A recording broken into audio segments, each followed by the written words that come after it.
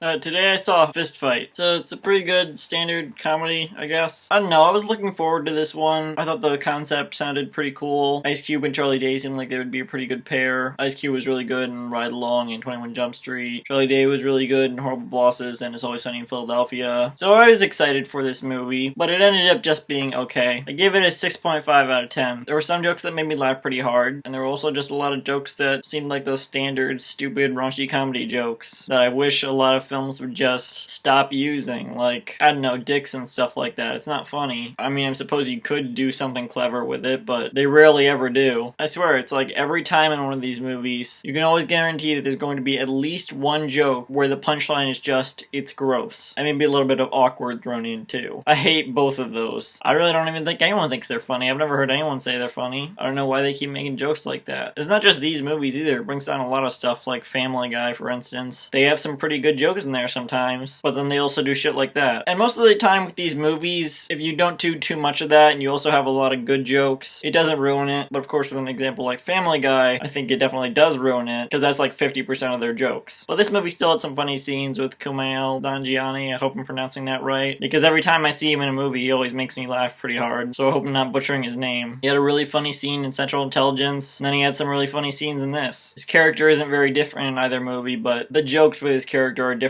enough that it's fresh. His delivery is really good. Not a huge fan of Jillian Bell. I've seen her in 22 Jump Street and Goosebumps, which I think is a horrible movie. 22 Jump Street's good though. She wasn't amazing in either of those, and none of her jokes in this were very good, but I actually thought her delivery of the lines had some comedic potential. So I could definitely foresee a movie where she does something funny. Can't really remember anything very funny that Tracy Morgan did. And then the redheaded lady from Mad Men was in this. Her character basically just had the one joke. It wasn't very funny. Dean Norris was good. He's good in everything. He's always basically just Hank from Breaking Bad, but it's always great. He was the principal in this, in case you're wondering. So yeah, I'd recommend this movie. There was a lot of stupid, gross out, awkward, shock humor. There was also some really funny stuff in there. And I think the plot is okay. It's good enough. The ending's not bad. I feel like I'm not really selling this movie too much, but I would recommend it. I think if you thought the movie looked any good, it's worth your time. Unless you have something better to watch. So yeah, 6.5 out of 10. I'd recommend it. And tomorrow I'll see Trolls.